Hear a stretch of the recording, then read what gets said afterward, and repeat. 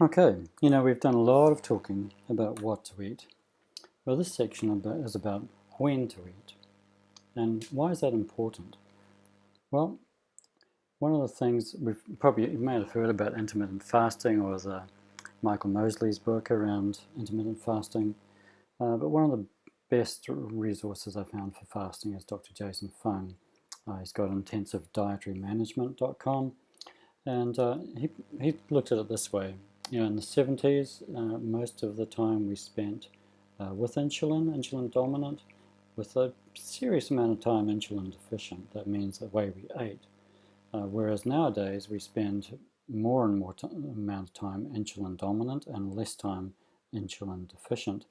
And we used to only eat 3 meals a day. And so between each meal, there was time for the insulin to come down and, go low. Whereas we were taught to eat more and often during the day, partly that was because the snack food industry came in. And there was no time to actually, have insulin come down at all.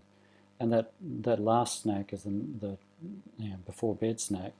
And I don't know, either his family was different in Canada in the 70s, way different to mine, because I was having, a cup of milk, hot milk, or Horlicks and cookies before I went to bed for all of my life, so I never had that long step after dinner. And I was always snacking anyway, so that was just me.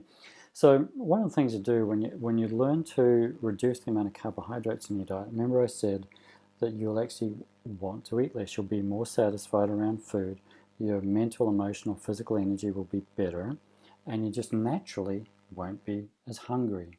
And so what happens there is we can often just eat once or twice a day. I'm at least a twice a day eater myself. But one of the simplest ways to think about this is the idea of reducing your eating window. So how I apply it for myself is I eat somewhere between 6 and 8 o'clock at night. And I'll often not eat anything again till somewhere between 11 in the morning or 1 in the afternoon, sometimes 2. So you can see I get a long period of time there without any eating. And the idea, remember, insulin is raised by nearly everything.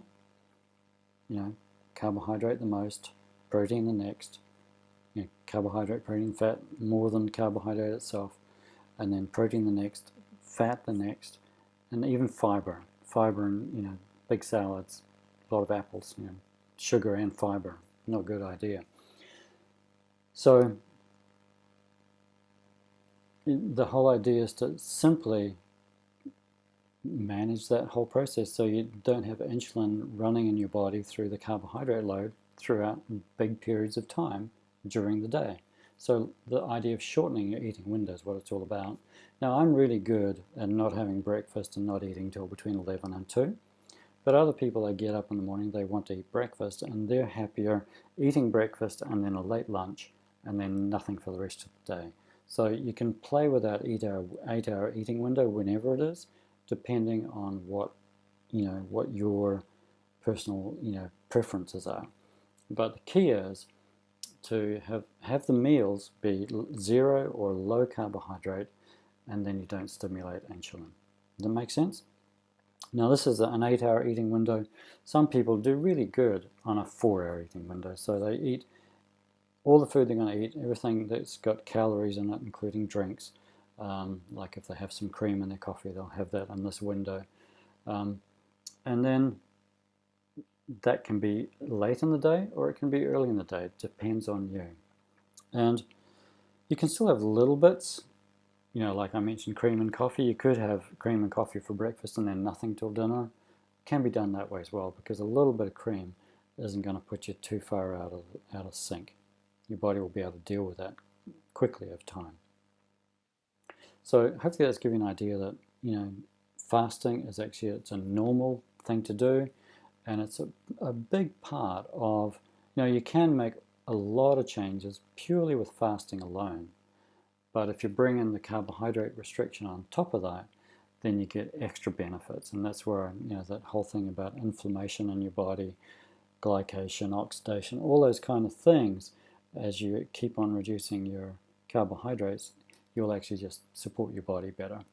So take this section not as a standalone thing. It can be a standalone thing. A lot of people recommend it as a standalone, but I recommend doing it along with carbohydrate restriction. And then you get the best of both worlds.